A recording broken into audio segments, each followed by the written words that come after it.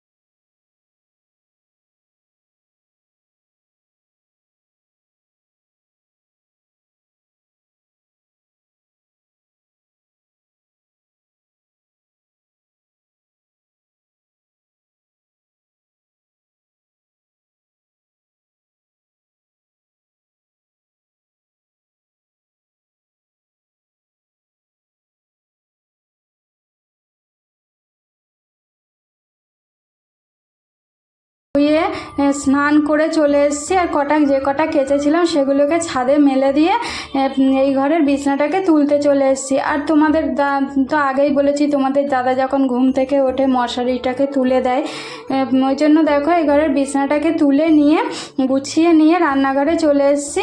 আর মেয়ে দেখো যা যা রান্না করব সেগুলোকে নিয়ে নিয়েছি। আর কিছু কিছু সবজি না আগের দিন রাত্রেবেলা কেটে রেখে দিয়েছিলাম, আর কিছু কিছু সবজি আজকে সকালেই কেটে দেখো রেখে দিয়েছি। সবজি কেটে রেখে তারপরে দেখো আগে ভাতটা বসিয়ে দিয়েছি। ভাত বসিয়ে তরকারি চাপিয়ে দেখো তেলটাকে ভরে নিলাম কোটোর ভিতরে। তো দেখো আজকে রান্না করছি পুঁই শাক করব, কুমড়ো দিয়ে, শিম দিয়ে, আলু দিয়ে। পুঁই শাকের ঘন্ট হবে আর শুক্তো হবে, আর ওই ফুলের বড়া করব বেসন দিয়ে।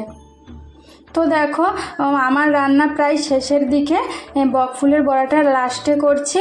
আর ওদিকে দেখো মিঠু চলে এসছে কাজ করতে, মিঠু কাজ করছে। তো তারপরে দেখো আমার রান্না কমপ্লিট হয়ে গেছে। এই যে ভাত করেছি, পুঁই শাকের ঘন্ট করেছি, কুমড়ো দিয়ে, আলু দিয়ে, শিম দিয়ে, পটল দিয়ে, আর এই দেখো বড়ি দিয়ে, ডাঁটা দিয়ে, মানে শুক্তো করেছি।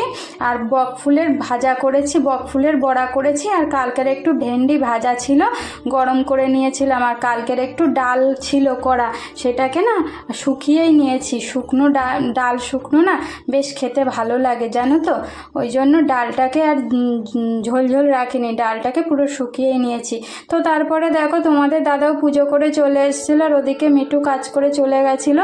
আমরাও সকালের ব্রেকফাস্ট হয়ে গেছিলো, সকালের ব্রেকফাস্ট করে দেখো রান্নাঘরে চলে এসেছি, রান্নাঘরটাকে প্রত্যেক দিন গারের মতো পরিষ্কার করতে।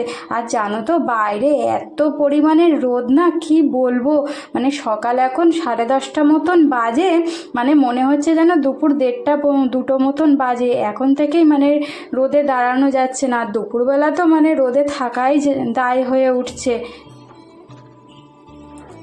তো তারপরে দেখো রান্নাঘরটাকে পরিষ্কার করে নিয়ে নিচে এসে ডাইনিং টেবিলটাকে মুছে নিয়ে দেখো একটু রেস্ট নিয়ে নিচ্ছি। এই ঘরটাকে না এখন পরিষ্কার করছি না, কেন বলো তো, ওই যে তোমাদের দাদা শুয়ে আছে।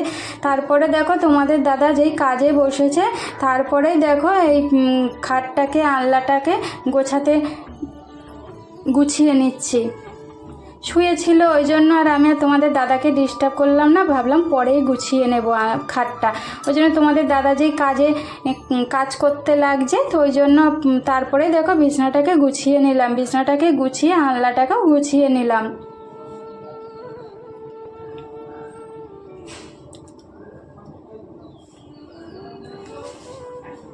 তো তারপরে দেখো এই যে এই সোফাটাকেও একটু ঠিকঠাক করে নিলাম।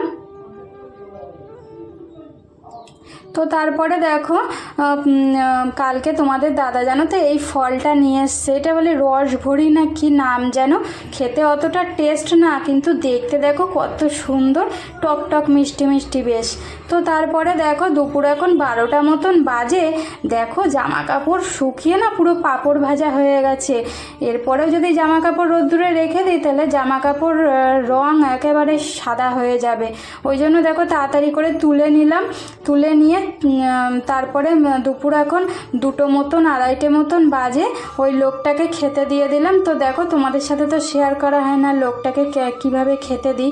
এ দেখো তোমাদের দাদা প্রত্যেক দিন না ওনার জন্য দই নিয়ে আসে আর শশা কেটে দেয়, আর যে নিরামিষ সকালবেলা রান্না করেছিলাম সেগুলোকে দিয়েই ওনাকে খেতে দেওয়া হয়। তো তারপরে দেখো উনি খেয়ে নিল, তারপরে আমরা খেলাম। তো তারপরে দেখো খাওয়া দাওয়া হয়ে গেছে দুপুরবেলা, তারপরে দুপুরবেলা অল্প কটা বাসন বেরিয়েছিল সেগুলোকে মেজে নিলাম, মেজে নিয়ে তারপরে বিকালবেলার যে কাজগুলো করে থাকি, ঘর ঝাড় দেওয়া, খাবার জল ভরা, সেগুলোকে করে নিলাম। করে নিয়ে দেখো চলে এলাম সন্ধ্যা দিতে। আর তো এখনও তো ঠাকুর রং কমপ্লিট হয়নি, উনি বলছে এই রবিবারে কমপ্লিট হয়ে যাবে, ওই জন্য দেখো ঠাকুরকে তো এখনও তোলা হয়নি।